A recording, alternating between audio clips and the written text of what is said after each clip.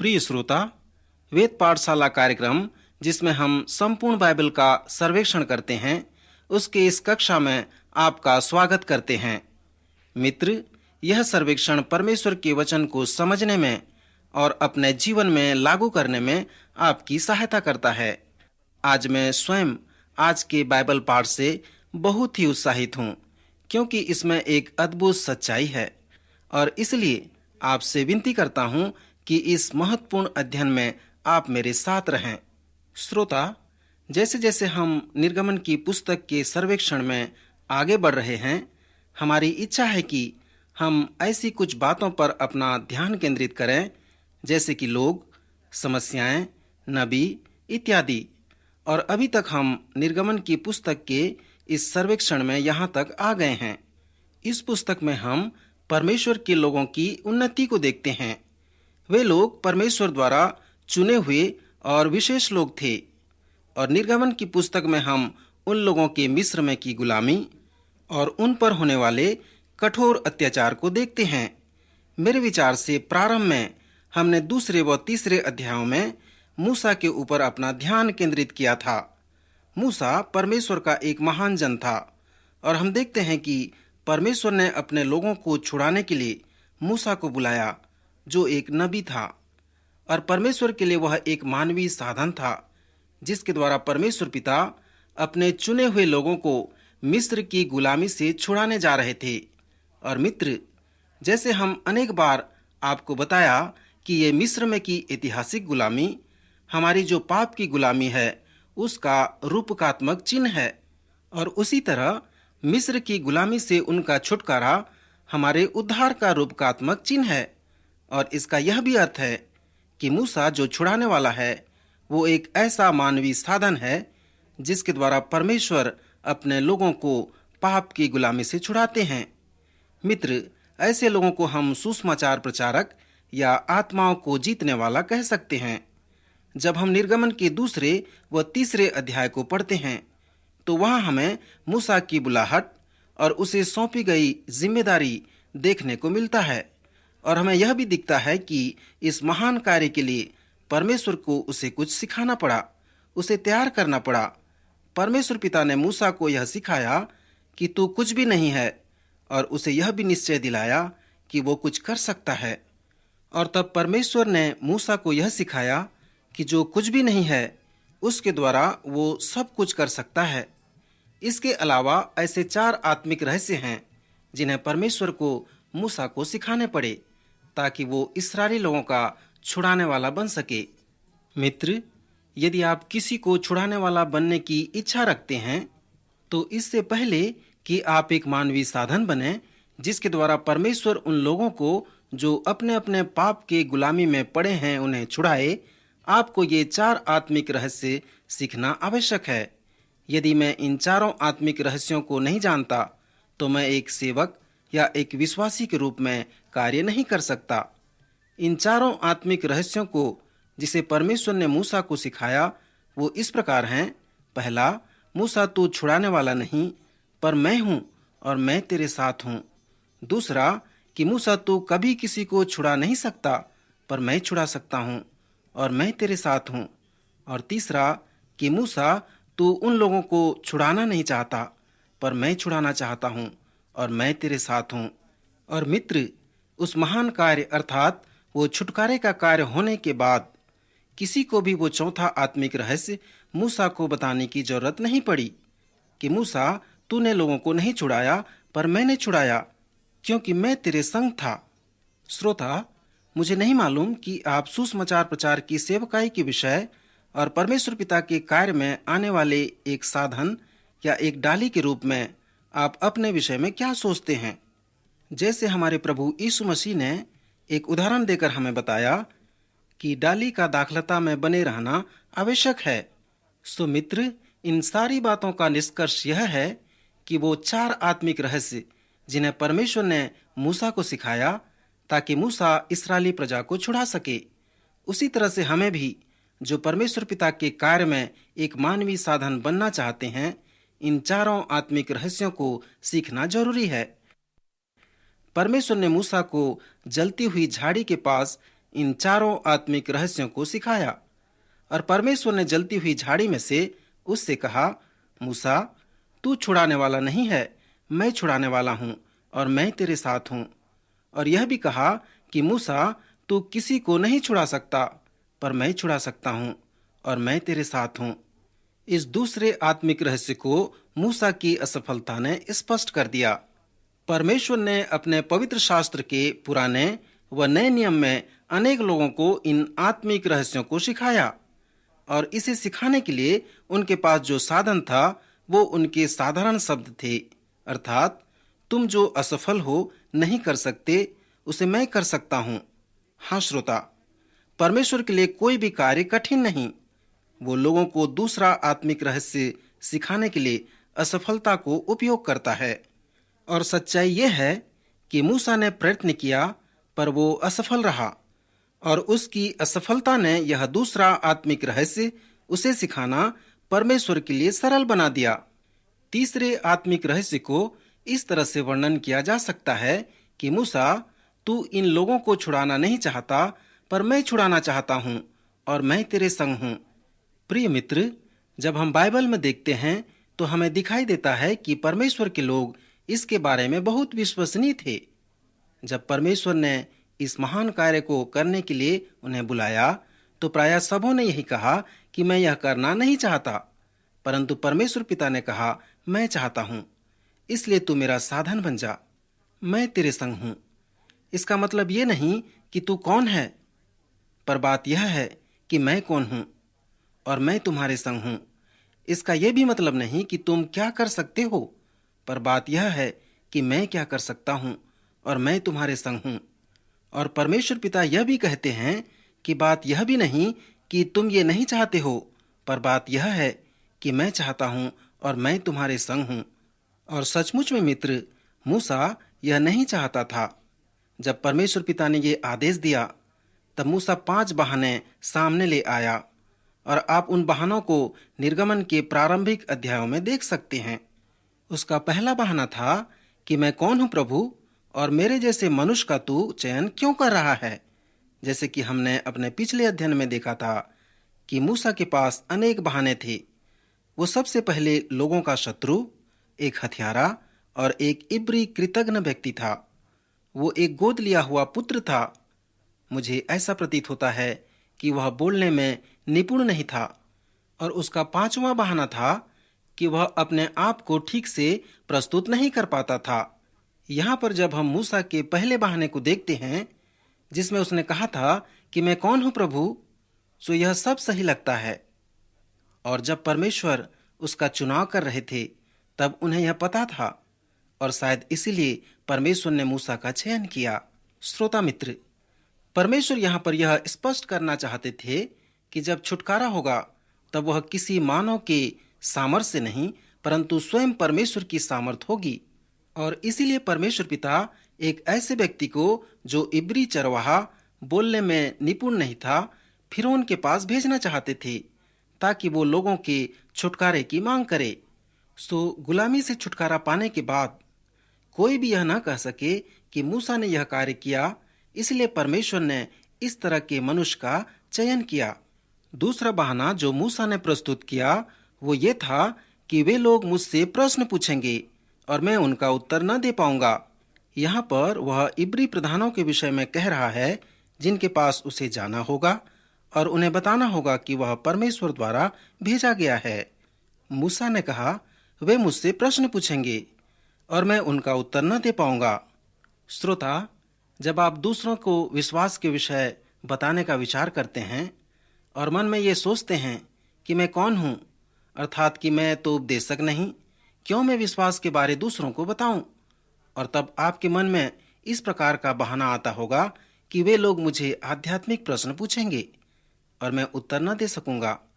श्रोता मित्र, यह विषय बहुत ही रोचक है।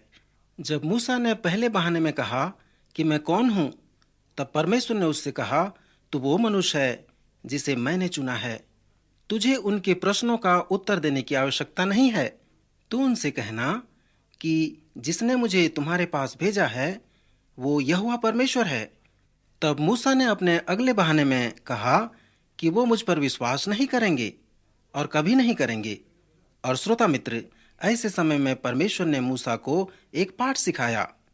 उसने मूसा से कहा, अपना हाथ अपनी कमीज के अंदर रख और उसे फिर बाहर निकाल। और जब वो अपना हाथ अपनी कमीज में रख के बाहर लाया तो हाथ कोढ़ से भरा हुआ था। और परमेश्वर ने फिर एक बार उसे ऐसा करने को कहा, तब उसका हाथ ठीक हो गया था। फिर परमेश्वर ने उससे कहा कि तुम्हारे हाथ में क्या है? और मूसा ने उत्तर दिया, चरवाहे की लाठी। फिर यहोवा परमेश्वर ने कहा, उसे भूमि पर डाल दे। और जब उसने उसे भूमि पर डाला तो वह लाठी सर्प बन गई। सो मित्र, इन चिन्हों के द्वारा पिता परमेश्वर मूसा से यह कह रहे थे कि वो लोग जिनके पास मैं तुम्हें भेज रहा हूँ, जब वे इन अद्भुत कार्यों और प्रमाणों को देखेंगे तो वे तुझ पर विश्वास करेंगे और ये जान पाएंगे कि तू ही इस कार्य के लिए समर्पित किया हुआ है और मेरे द्वारा भेजा गया है। इसलिए तू इस विषय में चिंता मत करना, वे तुझ पर अवश्य विश्वास करेंगे। तब मूसा ने परमेश्वर से कहा, हे मेरे प्रभु, मैं तो बोलने में निपुण नहीं। मुझ जैसे व्यक्ति को तू क्यों कह रहा है कि तुम फिरौन के पास जाओ और उससे छुटकारे की मांग करो? शायद उसने सोचा होगा कि प्रभु, तू हारून को तो जानता है, वो अच्छा बोल सकता है। परंतु मित्र, परमेश्वर पिता जो अंतर्यामी हैं, वो जानते थे कि हारून अच्छा बोल सकता है और यदि उन्हें इस कार्य के लिए हारून की आवश्यकता होती तो वे उसे अवश्य बुलाते। परंतु परमेश्वर इस कार्य को मूसा के द्वारा करवाना चाहते थे। तब परमेश्वर ने मूसा से एक प्रश्न पूछा कि मूसा, क्या मैंने तेरा मुंह नहीं बनाया? मनुष्य को गूंगा, बहरा व अंधा किसने बनाया? क्या मैंने नहीं बनाया? कुछ लोगों के लिए यह बात समझना बहुत कठिन है मित्रों। मुझे ऐसा लगता है कि जो पाठ हमने यूसुफ के जीवन से सीखा वही परमेश्वर यहाँ पर कह रहे हैं। हमारे जीवन की गति परमेश्वर द्वारा रची गई है। हम यह नहीं जानते कि ऐसा क्यों, परंतु परमेश्वर ने जैसा चाहा वैसा बनाया है। और तब परमेश्वर ने मूसा से कहा, यदि मैं निपुण मनुष्य चाहता तो मैं तुझे निपुण ही बनाता। तब मूसा ने कहा, हे प्रभु, जिसे तू चाहे उसी के हाथ से भेज दे। मूसा ने जो आखिरी बहाना बनाया वो था कि तू किसी और को भेज। श्रोता, मैं तो यह कहना चाहूंगा कि यदि मैं इन 4 आत्मिक रहस्यों के ऊपर विश्वास नहीं करूंगा तो मैं एक विश्वासी होकर या मसीह का एक जन होकर सेवा नहीं कर सकूंगा। हम में से बहुत से ऐसे हैं जो बहुत ही दुर्बल अवस्था में विश्वास में आते हैं। प्रभु यीशु मसीह ने कहा, हे सब परिश्रम करने वालों और बोझ से दबे हुए लोगों, मेरे पास आओ, मैं तुम्हें विश्राम दूंगा। हम में से बहुत से ऐसे लोग हैं, जब प्रभु यीशु मसीह के पास आते हैं या उस पर विश्वास करते हैं तो बोझ से दबे हुए एवं समस्याओं से घिरे हुए होते हैं। जब मैंने प्रभु यीशु मसीह पर विश्वास किया तो मैं 21 वर्ष का था। मेरे जीवन में अनेक बड़ी बड़ी समस्याएं थीं और उन समस्याओं के कारण मैं अपने आप को हीन समझता था। परंतु सचमुच में मैंने यह अनुभव किया कि यह मेरे मन की सिर्फ धारणा ही नहीं, परंतु वास्तव में मैं एक हीन व्यक्ति था। मेरे अंदर वो सारी कमियां थीं। श्रोता, मुझे स्मरण है कि जब पहली बार मैंने प्रभु यीशु मसीह के विषय लोगों को बताया तो मेरे हाथ पैर कांप रहे थे और दूसरे लोग मुझसे पूछ रहे थे कि क्या आपका स्वास्थ्य ठीक है? और मुझे ऐसा अनुभव हो रहा था कि बस अब मेरे हृदय की गति बंद हो जाएगी। परंतु श्रोता, मैं आपको यह बताना चाहता हूँ कि ऐसी दुर्बल और कमजोर अवस्था में मैंने अपनी सेवकाई प्रारंभ की और इसी कारण जब तक मैंने इन 4 आत्मिक रहस्यों को नहीं सीखा तब तक प्रभु यीशु मसीह का एक सेवक बनकर या एक मसीही व्यक्ति बनकर कार्य नहीं कर सका। परमेश्वर पिता हमें अपना विश्वासी, अपना सेवक और अपना छुटकारा दिलाने वाला कहते हैं। परमेश्वर चाहते हैं कि हम और लोगों के लिए छुटकारा दिलाने वाला एक मानवीय साधन बन जाएं। इसलिए मुझे यह 4 आत्मिक बातें सीखनी पड़ी। अन्यथा श्रोता, एक सेवक होने के नाते मैं यह कार्य नहीं कर सकता था। उसमें से पहली 2 बातें इस प्रकार हैं कि मैं नहीं पर वो है और वो मेरे साथ है, और दूसरी कि मैं नहीं कर सकता परंतु वो कर सकता है और वो मेरे साथ है। इस प्रकार मित्र, मैं परमेश्वर पिता के साथ विश्वास योग बना रहा और अनेक बार मैं सुबह उठकर परमेश्वर पिता से कहता था कि पिता, मैं यह नहीं कर सकता, और तब परमेश्वर पिता मुझसे कहते थे कि पुत्र, यह ठीक नहीं, मैं चाहता हूं कि तू इसे कर ले, क्योंकि मैं तेरे संग हूं, इसलिए आगे बढ़ जा। और श्रोता, मैं बड़ी कठिनाई से विश्वास कर पाता था, परंतु अब परमेश्वर मेरा उपयोग कर रहे हैं और लोग मेरे कार्यों को देखकर परमेश्वर की सराहना कर रहे हैं। परंतु जब मुझे यह पता चला तो इस चौथे रहस्य को मैंने लोगों को बताया। अर्थात मैंने नहीं किया, परंतु परमेश्वर ने किया, क्योंकि वो मेरे संग था। इसलिए श्रोता मित्र, इस प्रकार का संदेश हम उन लोगों के जीवन से भी देखते हैं जिनको परमेश्वर ने उपयोग किया। आज हम जो कुछ भी हैं उसके कारण पिता परमेश्वर हमारा उपयोग नहीं करते, परंतु हम जैसे भी हैं उसके बाद भी वो हमें उपयोग करते हैं। हम इस वास्तविकता को कभी न भूलें कि हमारे द्वारा परमेश्वर अपने छुटकारे के कार्य को पूरा करता है। मूसा के जीवन से मिलता हुआ एक उदाहरण हमें नए नियम में मिलता है, जो लूका रचित सुसमाचार के 5वें अध्याय में एक उदाहरण है, जिसमें प्रभु यीशु पतरस को इन्हीं 4 आत्मिक रहस्य को सिखाते हैं। मित्र, यहाँ पर प्रभु यीशु और पतरस की पहली भेंट नहीं थी, वे पहले से परिचित थे और प्रभु ने पतरस को यह आह्वान दिया था कि मेरे पीछे हो ले और मैं तुझे मनुष्यों का मछुआ बनाऊंगा। परंतु इस समय तक पतरस प्रभु यीशु के आह्वान को स्वीकार नहीं कर पाया था। और उस सुबह जब यह घटना हो रही थी तो प्रभु यीशु गलील समुद्र के तट पर गलीली जनसमूह के मध्य घिरे हुए थे और पतरस ने पूरी रात मछली पकड़ने की कोशिश की, परंतु उसके हाथ में कुछ भी नहीं आया। तब प्रभु ने पतरस की नाव में बैठने के लिए उससे अनुमति मांगी और पतरस सहमत हो गया। तब प्रभु ने नाव में बैठकर लोगों को शिक्षा दी और जब शिक्षा देनी समाप्त की तो प्रभु पतरस की तरफ मुड़े। और इसमें कोई संदेह नहीं कि इस वक्त प्रभु की आंखें पतरस के ऊपर लगी थी और वहां पर जो जनसमूह था, प्रभु ने उन्हें क्या शिक्षा दी और उन्होंने क्या प्रत्युत्तर दिया, उसे हम नहीं जानते, क्योंकि यहाँ उसका कोई महत्व नहीं है। परंतु उस सुबह प्रभु यीशु यह जानते थे कि यह वही व्यक्ति है जिसके द्वारा पेंतीकुस्त के दिन इस संसार में पवित्र आत्मा आने वाला है। और प्रभु ये भी जानते थे कि एक दिन यह व्यक्ति यरूशलेम के रास्तों पर चलेगा और लोग अपने घुटनों और हाथों के बल चलकर उसके पास आएंगे, ताकि उसकी छाया उनके ऊपर पड़ने से वे चंगाई को प्राप्त करेंगे। जब पतरस अपनी जाल धो रहा था और प्रभु यह देख रहे थे, तो प्रभु ये जानते थे कि ये सब कुछ आगे चलकर पतरस के जीवन में होने वाला है। अब यहाँ पर दावा था कि जो मनुष्य पूरी रात भर परिश्रम करने पर कुछ भी नहीं प्राप्त कर सका, उसे प्रभु कैसे उपयोग में लाएंगे और उसे मनुष्यों का मछुआ कैसे बनाएंगे। सो मित्र, यहाँ पर हम देखते हैं कि पतरस भी मूसा की तरह असफल रहा।